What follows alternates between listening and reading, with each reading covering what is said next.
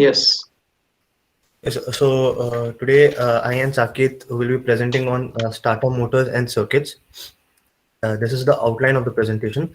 I'll be explaining starting system circuits and starter circuit testing, whereas Saket will be explaining the example circuits. Okay, so starting system circuits. So how does a basic starter start? Okay, so if we compare the modern circuits, the circuits which are available in the modern vehicles, the this circuit which was used in the olden times, this is very simple and it was less efficient than that of the modern vehicle, which are used in the modern vehicle.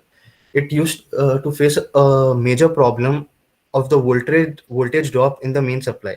At any instant, the voltage has to be minimum in the supply wires of the main starter. This problem was experienced due to the high current required by starters, particularly under adverse starting conditions such as low temperature. The operating of starting system circuit, the starter was operated by a spring-loaded key switch, and the same key operates ignition and other accessories. This was the starter switch which used to control So the. Adnan, please turn on the video. Yes, sir.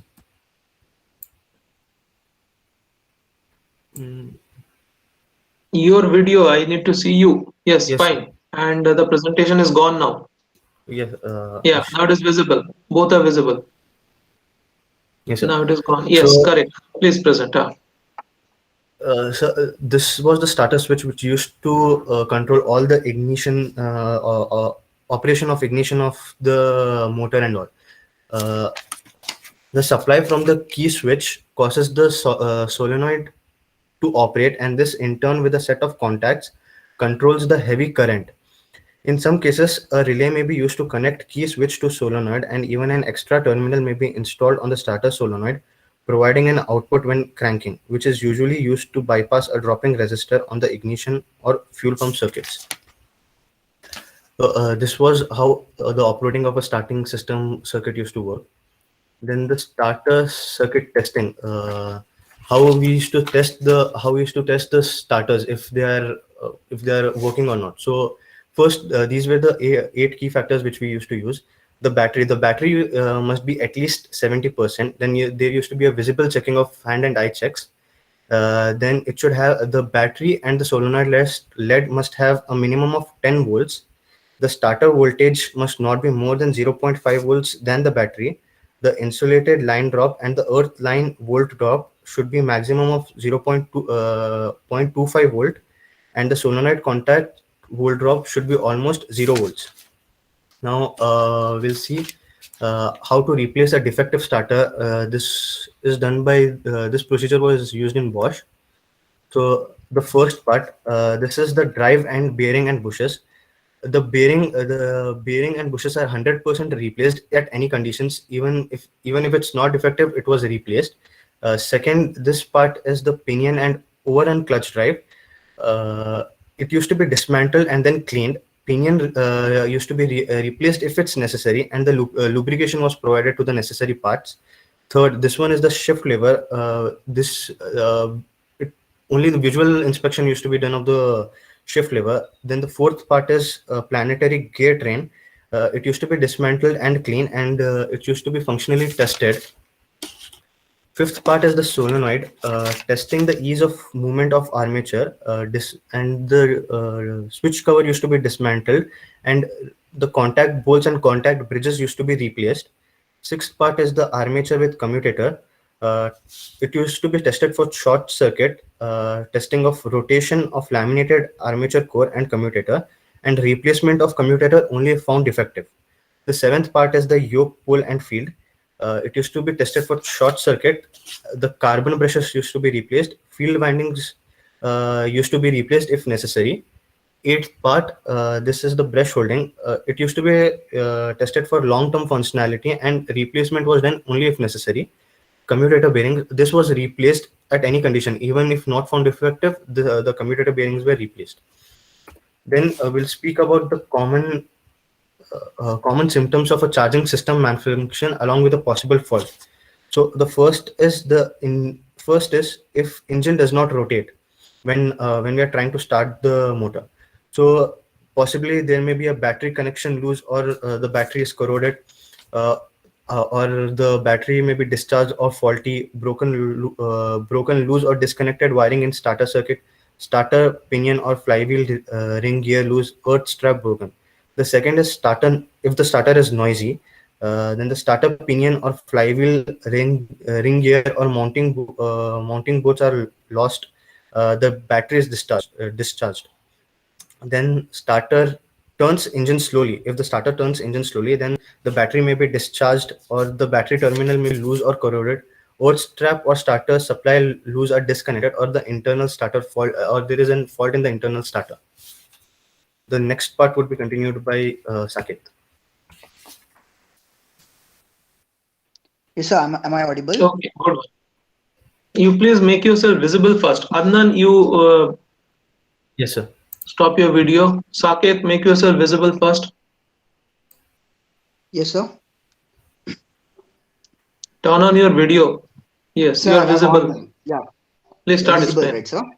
Yes. Yeah, so here we are going with some example circuits. Like basically the first group Ethan and our group Adnan explained about the starter things and all. So we'll take some examples so that we understand it better what is exactly a starter does in a vehicle. So I'll be explaining the starter circuit used by a Ford which I've given, and I'll be explaining some working parts of it. I'll be saying the how it works exactly. So basically it has a two a vehicle is fitted with a manual or automatic transmission, where an inhibitor circuit will be only allowed the starter to operate when the automatic transmission is in park or neutral mode. Similarly, the manual version, the starter will operate if the clutch pedal is depressed. As you now can see, it is also installed in the fuel cars also. Like nowadays we can see the vehicles installed with this transmission, whereas the starter is like when the automatic transmission is installed, the vehicle starts only in the park or the neutral conditions, or similarly when it is changed into manual version, the starter will only operate when the clutch is pedal is depressed. So how the starter exactly works, like the starter relay coil is supplied with a positive connection by the key switch which we use as a key. Then the earth path is connected through the appropriate inhibitor switch to prevent starter operation when the engine is running. The power control module controls the final earth path of the relay. So as you saw earlier, the basic starting circuit explained by the Adnan, this is a complex part of this is a complex circuit part of starter circuit, and this source is provided by Ford. So a resistor fitted across the relay coil reduces back EMF, that is electromagnetic flux. The starter in current use in standard pre-engaged permanent magnet motor. So here the starter is connected to the the resistor fitted across the relay coil reduces electromagnetic field, which helps the starter to get the started. So next slide, Adna. Yeah. Yeah, so the starter motor circuits may have additional automatic switching to prevent engine being started in a particular situations. That is, automatic transmission system incorporate an inhibitor switch on the sector, which allows engine starting in the park or neutral position only, because this prevents the engine being started with the transmission in gear, which could result in vehicle pulling away unexpectedly. When we push the button for the start of the vehicle, so it in the automatic transmission inhibitor, it only starts if the vehicle is in park condition or in the neutral condition. Otherwise, if it is in a gear condition, it may have a pull on the vehicle. So it is done in automatic, which could result in vehicle pulling away unexpectedly. So in other way, the inhibitor switch must be carefully checked and adjusted so that there is no risk of incorrect operation. So now you can see the diagram shown in the presentation. That is here I'm going to explain you how the keyless starting system are working nowadays. Like you have seen, it's not only going on in electric vehicles, it's also going in the fuel vehicles nowadays. You don't have to put your key inside a vehicle to start it, whereas you have a button where you can start your vehicle. So it works like this. The powertrain control module allows the engine to start only when the passive anti-theft system reads a key which transmits a valid code.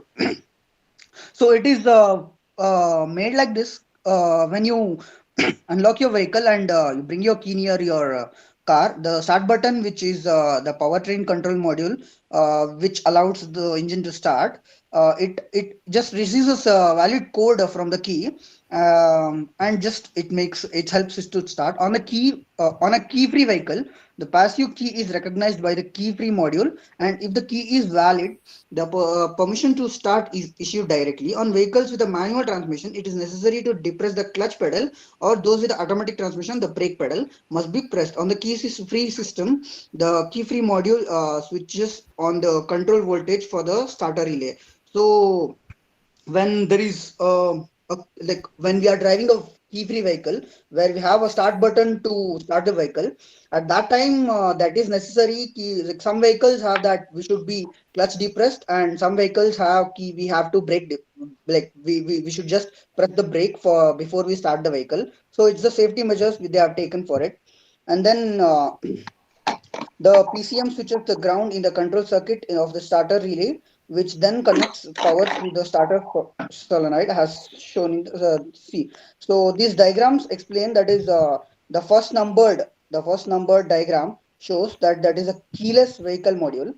That's what it is connected to directly engine, which starts the engine. And then the second numbered diagram shows the start or stop button, which we press without inserting the key into a vehicle. And the third diagram shows the electronic steering lock, uh, which we have the steering lock system. And the fourth diagram explains the powertrain control module, which helps us to starting the vehicle. And the fifth diagram that explains the crack sensors. And sixth, that is keyless vehicle antenna, which receives the code from the key and helps in connecting with the PCM, that is powertrain control module. And then the seventh diagram explains the vehicles with a manual transmission, that clutch plates, position switch vehicles with automatic transmission. So this is all working of the keyless things, and I just explained some examples or example taken from the Ford thing, how the starter works in the car. So yes, sir. I have a Thank you, sir. question. I have a question, small one. What is that HS scan? What is that thing? Yes, sir. Between the first module and fourth module, there is HS scan. What is that?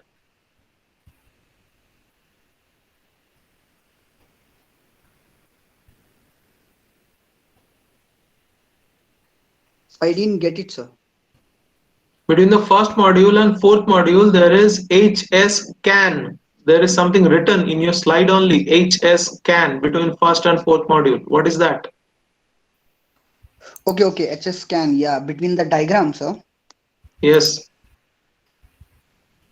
Oh, that is a connection between a battery and no, like wait, sir. Yeah, that's a connection between a power control module and the keyless vehicle module. Do you know Like what is that. can? No, sir, not exactly. This is what you had to find out. So can I say that? Please. It's an high-speed controller area network, sir. It connects the keyless transmitter and the interface So between them. those who want to join this field of vehicle and all these things, nowadays you must know that CAN is a protocol which actually establishes wireless control between all the modules inside the vehicle. So CAN is specifically a industry protocol designed for vehicles. Please find out about CAN protocol. So it's not only to you, it's to all the students of this course and who all are there. Read about CAN protocol. In your interviews, you will be asked about CAN protocol because it's in our domain of EC. Okay, so whenever I am saying it's a communication protocol and all, it falls in the domain of EC. And if you are interviewed, definitely you will be asked about CAN protocol. So all these Yes. internal devices, they can talk to each other, they can communicate with each other. You can see here there may be between engine and module 1. Okay, so there is the CAN protocol. So it's a wireless protocol which can establish contacts between all the machines. So just now you had said that you just bring the key closer to the module and it can sense what is the key inside it. So that is actually sensed by CAN protocol only. So Okay, all the sir. students, please find out what is a CAN protocol. and millions of pages on internet you will be finding on it. Okay, Adnan and Saket, thank you. You have completed it. All the students, I am finding one trend from these two presentations that you are having some written material with you and you are blindly reading from that. Okay, so you are showing something different and you are blindly reading from something. This actually is not the way presentation is done. Whatever you put in the slide, that only you have to explain from your knowledge. So it is not about telling a lot of things. It is about whatever is given on the screen that should be put in words properly. So the kind of details and all those things Adnan and Ethan and Saket had given, all those very minute details of 8.4 and 9.3, it is not required. Only thing is you have to explain the things, whatever is given in the slides, you have to explain it in your words and you have to explain it properly. So that is the way the thing goes. But don't try to teach me or don't try to teach your audience. So there is a difference between explaining and teaching. So you won't have to teach, but you have to explain. Just tell what it is. In my slide, these things are given, this means this, and go out. So no need to read line by line from another source. It gives very bad feeling. So next group, I'm inviting Chetan and Pawan Kumar. Please start